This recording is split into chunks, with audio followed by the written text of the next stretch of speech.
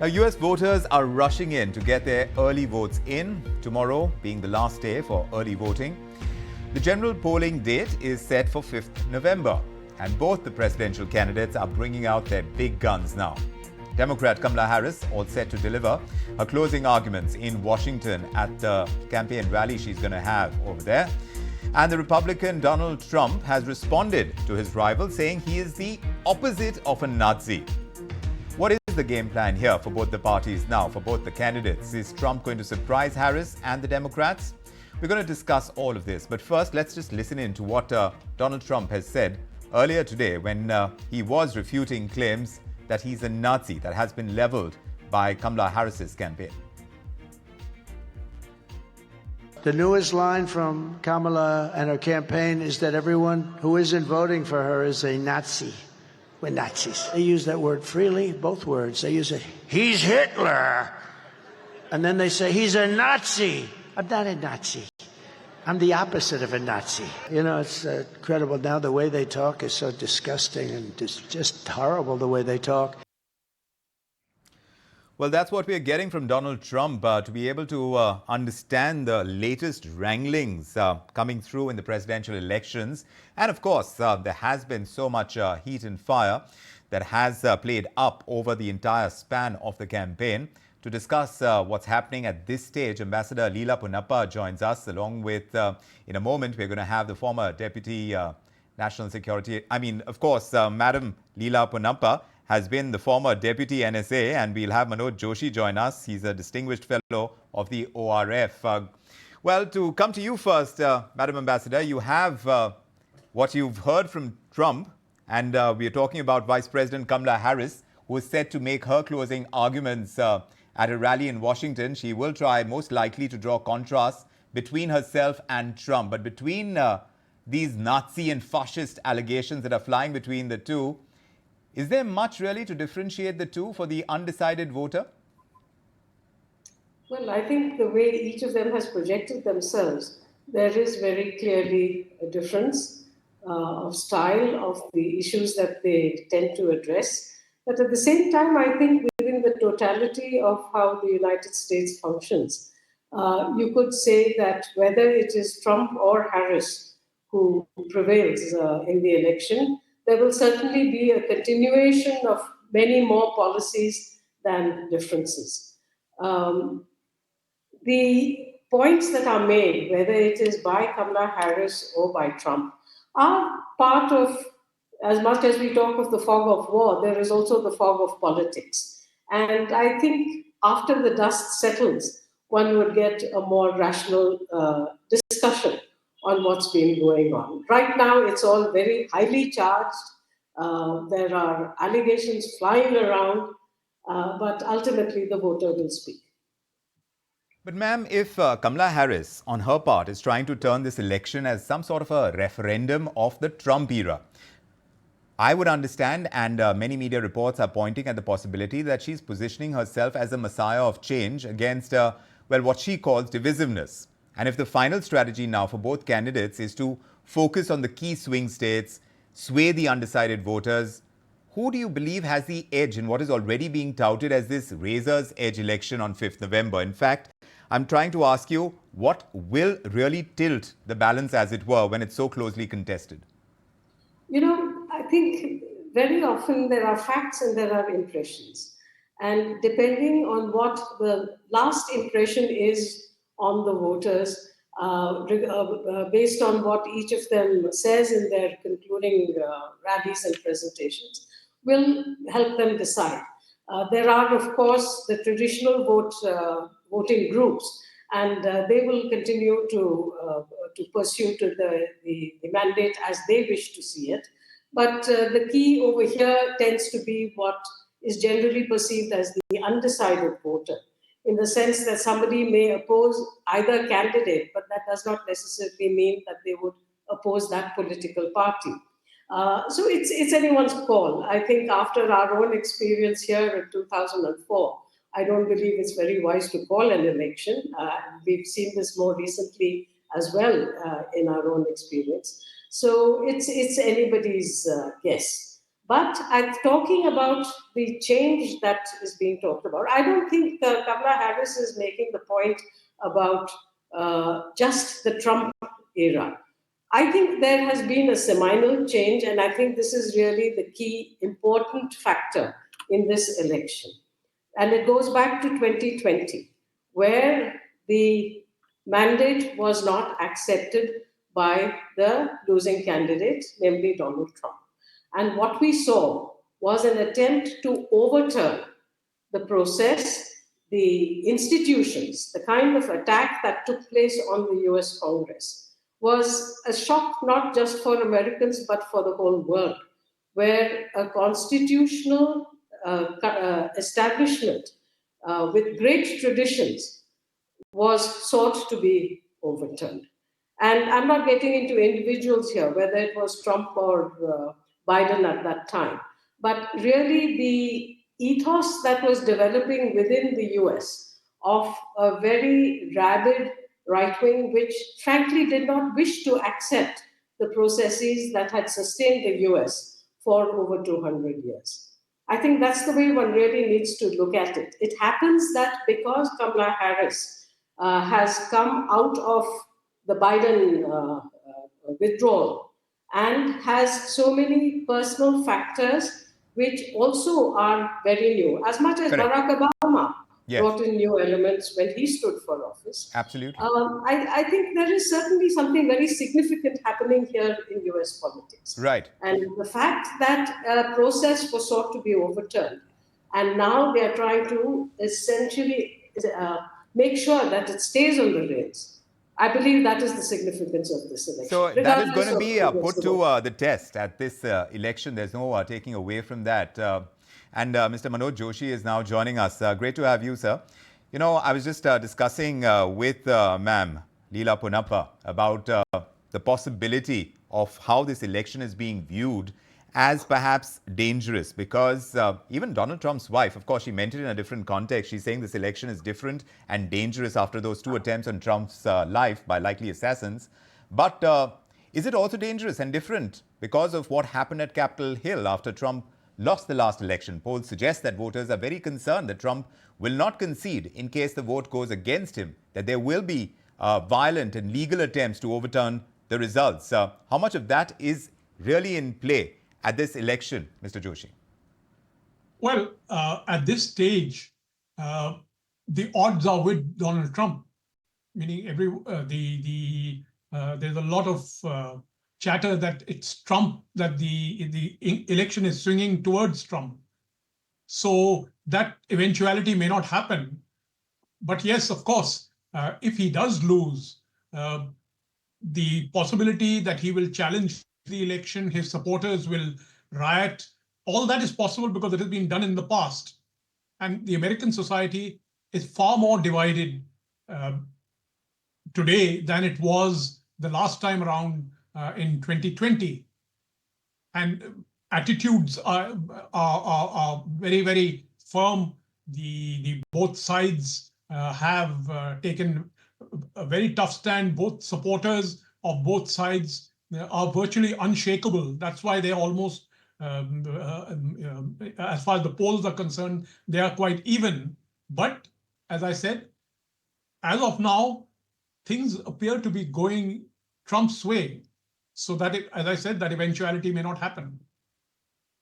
Like Ms. Leela Punappa pointed out, polls hardly really can tell, as we've known in our part of the world, and we've seen exactly how the exit polls pointed in one direction and it turned out to be the other. So are you just going by what the polls are suggesting, or are you looking at some other reasons why you think Trump has the edge this time? No. I'm going completely by the polls. I have no other means of making any kind of a prediction. So definitely, of course, that's why I was very careful. I said things are aligning towards Trump. That doesn't mean Trump is winning. It's still essentially it's a tied election as of now, meaning both candidates. The New York Times Siena poll gave them 48% each.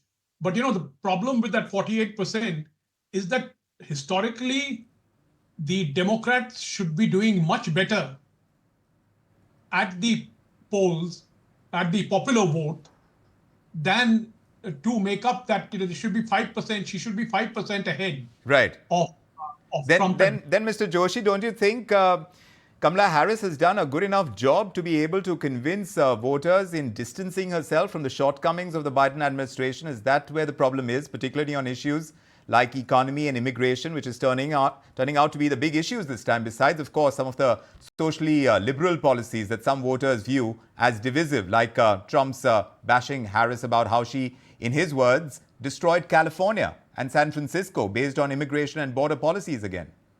But Trump is the guy who blocked a bill that would have taken a very strict approach towards immigration, because he wanted to ensure that the Democrats don't get the credit for it. So yes, immigration is a problem, and if you notice, it's not just a problem in the United States; it's a problem all over the world. But the biggest problem that Kamala Harris faces is that she's had just too little time as a candidate, to put herself across to the people in the country. Many of the complaints of the voters is that we haven't quite got a grasp of what Kamala Harris is all about, and it's not her fault, because Biden hung on till far too late, and it's with great difficulty that Yes. he was pushed aside. Yes. And so Kamala Harris just hasn't had enough time. So there wasn't enough of a catch-up time for Kamala Harris. Do you agree with that, Leela Punappa? Because, she came in late, but then there was always this kind of comparison being made between the two's economic policy. As far as Harris is concerned, her specific proposals, they're working towards lowering costs or strengthening the middle class, raising taxes on corporations and raising taxes on the wealthy. How differently do you think they've been able to put out their proposals, the two rivals, both in perception and in practicality? Well, if you go back to the debate, and for example, the issues on health, which is a very, very major issue of the debate in US politics because of the costs involved.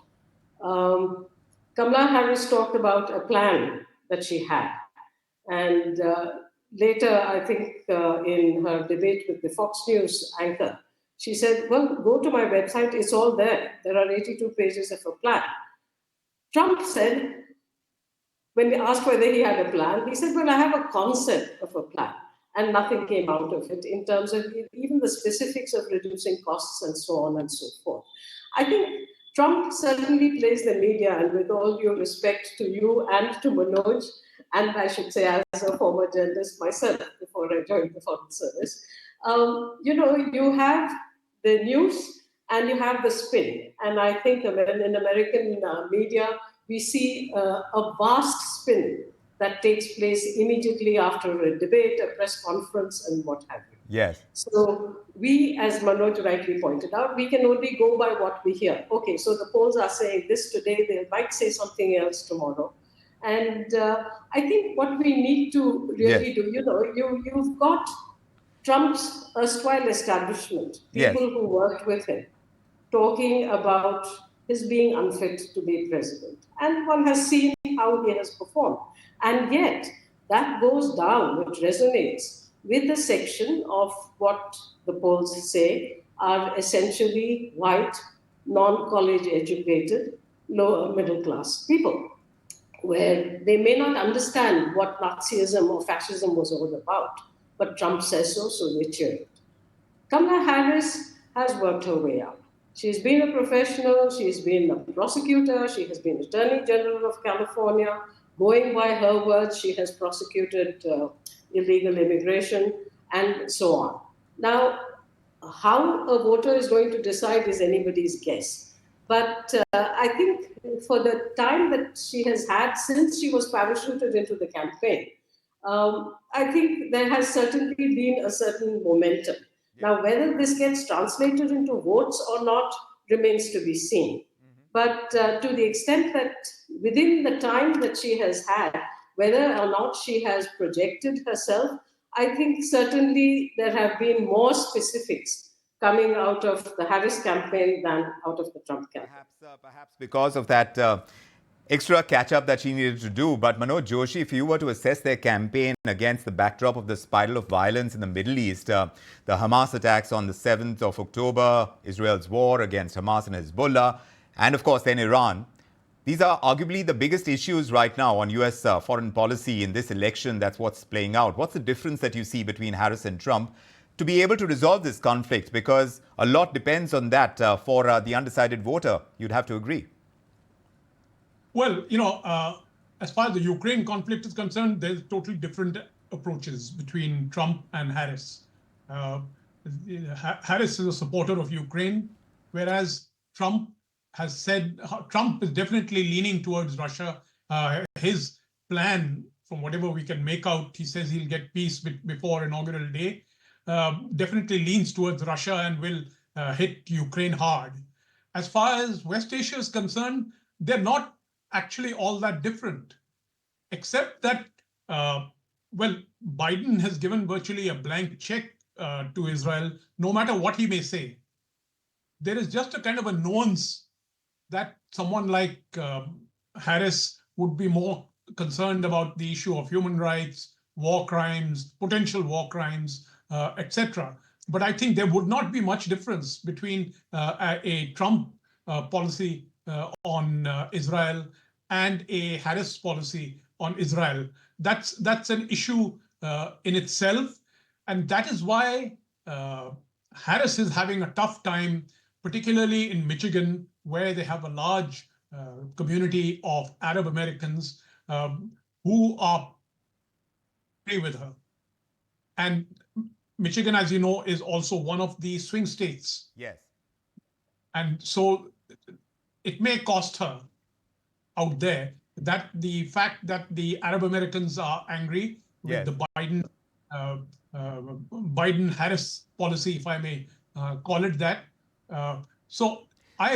As I said, in terms of the future policy, I don't see much of a difference between the two of them. There may be differences of nuance. Harris may call it one way, Trump may call it another way, but both of them are strong supporters of Israel. Well, I've been reading up on between Arab American and Israeli origin American voters.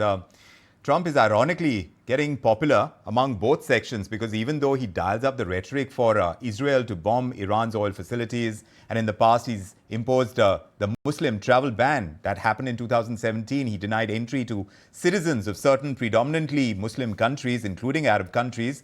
He still seems like the stronger bet, it seems, to convince Israel for a ceasefire. But all of this is going to be put to test on the 5th of November. And of course, a lot can happen. As we know, it is a razor-edge election this time.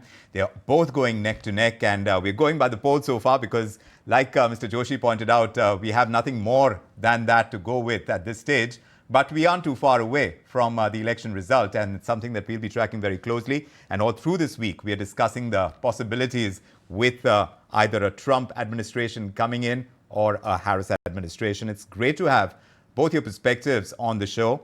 Manoj Joshi, Leela Ponnappa, thanks for making the time for joining us on India Tonight. Thank you. If you like this video, then like, share and subscribe to ET Now.